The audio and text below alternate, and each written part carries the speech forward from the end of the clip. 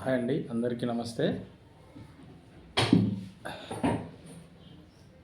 Welcome to VMR channel. ఈరోజు ఈ video ముందు యూట్యూబ్ ఛానల్లో మాట్లాడడానికి కారణం ఏంటంటే, మొన్న జరిగిన ఎలక్షన్లో తమిళనాడులో మన విజయ్ గారి విజయాన్ని అందరికీ తెలిసిందే. ఈ విజయంపై ఈ పొరంపోగు నాయర్లు ఒక్కొక్కరిని ఇష్టం వచ్చినట్టుగా మాట్లాడుతున్నారు.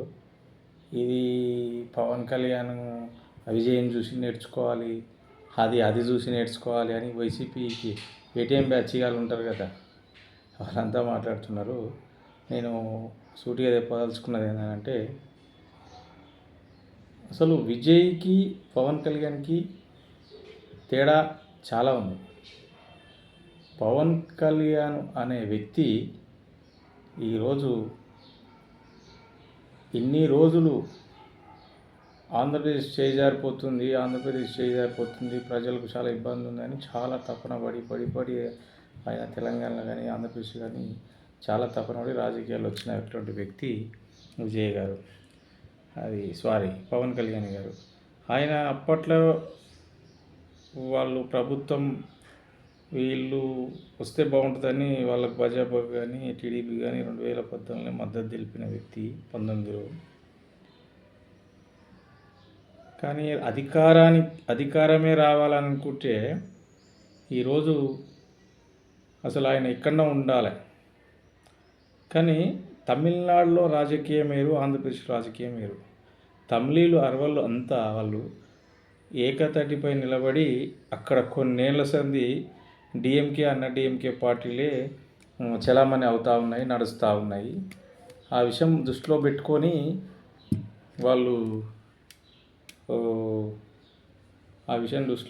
వాళ్ళు ఇప్పుడు అక్కడ వేరే పార్టీ లేకపోయింది.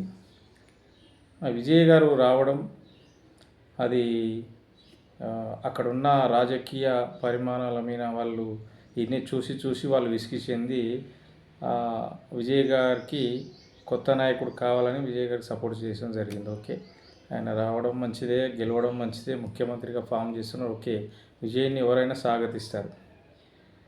మా కళ్యాణ్ గారు కూడా విజయ్ గారిని స్వాగతించారు. కళ్యాణ్ గారి వీరాభిమాని విజయ్ గారు. కానీ ఈయనకు పోలికలు పెట్టడం సరికాదు.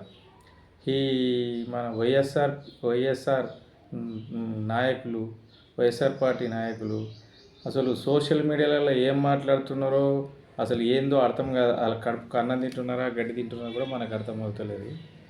అయితే నేను చెప్పదలుచుకునేది ఏంటంటే, ఎవరైనా సరే రాజకీయ పార్టీ పెట్టవచ్చు, వాళ్ళ ఒక్క సీటు గెలవాలి, 2 సీట్, అక్కడ ప్రజలు వేరు, ఇక్కడ ప్రజలు వేరు.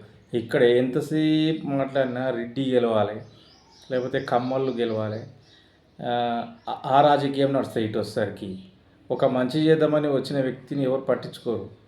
కానీ ఈ రకంగా మాట్లాడడం అనేది కరెక్ట్ కాదు. ఏది ఉన్నా సరే, అక్కడ రాజకీయం అలాగే, ఇక్కడ రాజకీయం అలాగా. పవన్ కళ్యాణ్ లేకపోతే ఈరోజు రాష్ట్రం ఆగమైపోయేది.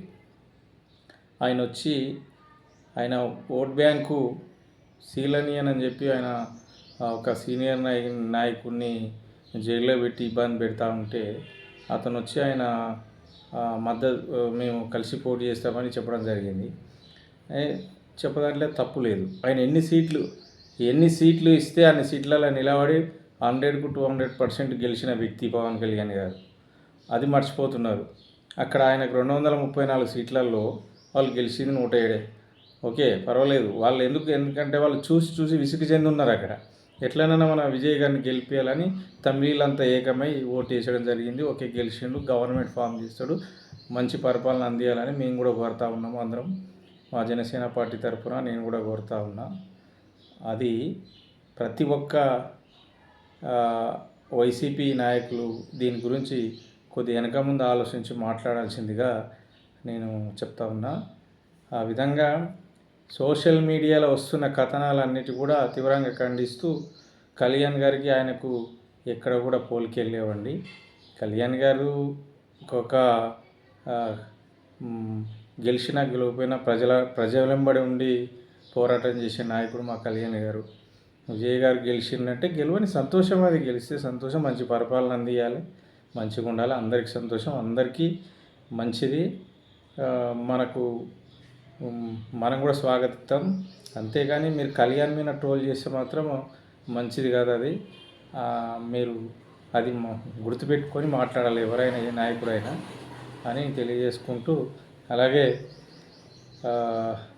కొత్తగా ముఖ్యమంత్రి అవుతున్న విజయ్ గారికి జనసేన పార్టీ తరఫున, మా తరఫున, అందరి తరఫున ఆయనకు స్వాగతం, సుస్వాగతం. కానీ ఇక్కడ ఉన్న నాయకులు మాట్లాడు మాత్రం కరెక్ట్ కాదు. ఇది ఎవరైనా సరే ఏదున్నా, ఇప్పుడు ఆయన చేసిన తప్పన వేరు, ఆయన చేసిన కథ వేరు. ఒక 80 ఏళ్ళు 90 ఏళ్ళ నుంచి రోడ్లు లేని గ్రామాలు, కరెంట్ లేని గ్రామాలు ఇప్పటికి ఉన్నాయండి. అట్లాంటి ఆయన ఎట్లా చేస్తున్నాడో మనందరికీ తెలుసు. ఆయన కనీసం జీతం కూడా తీసుకోకుండా వర్క్ చేస్తూ ఉన్నాడు. ఎంతోమందికి, లక్షల మందికి హెల్పింగ్ చేసిండు. అలాంటి వ్యక్తిని పట్టుకొని మీకు మాట ఎట్లా మాట్లాడ బుద్ధి అవుతుంది రాని, నాకైతే అర్థమైతే లేదు. సారీ, నేను ఎందుకంటే నాకు అట్లా అనిపిస్తుంది. మీకు ఎవరైనా సరే ఒక మాట మాట్లాడేటప్పుడు వెనక ముందు చూసుకొని మాట్లాడు, కరెక్ట్ పద్ధతి. ఆ విషయంపై నేను మరి తెలియజేస్తూ సెలవు తీసుకుంటున్నా. జై హింద్, జై జనసేన.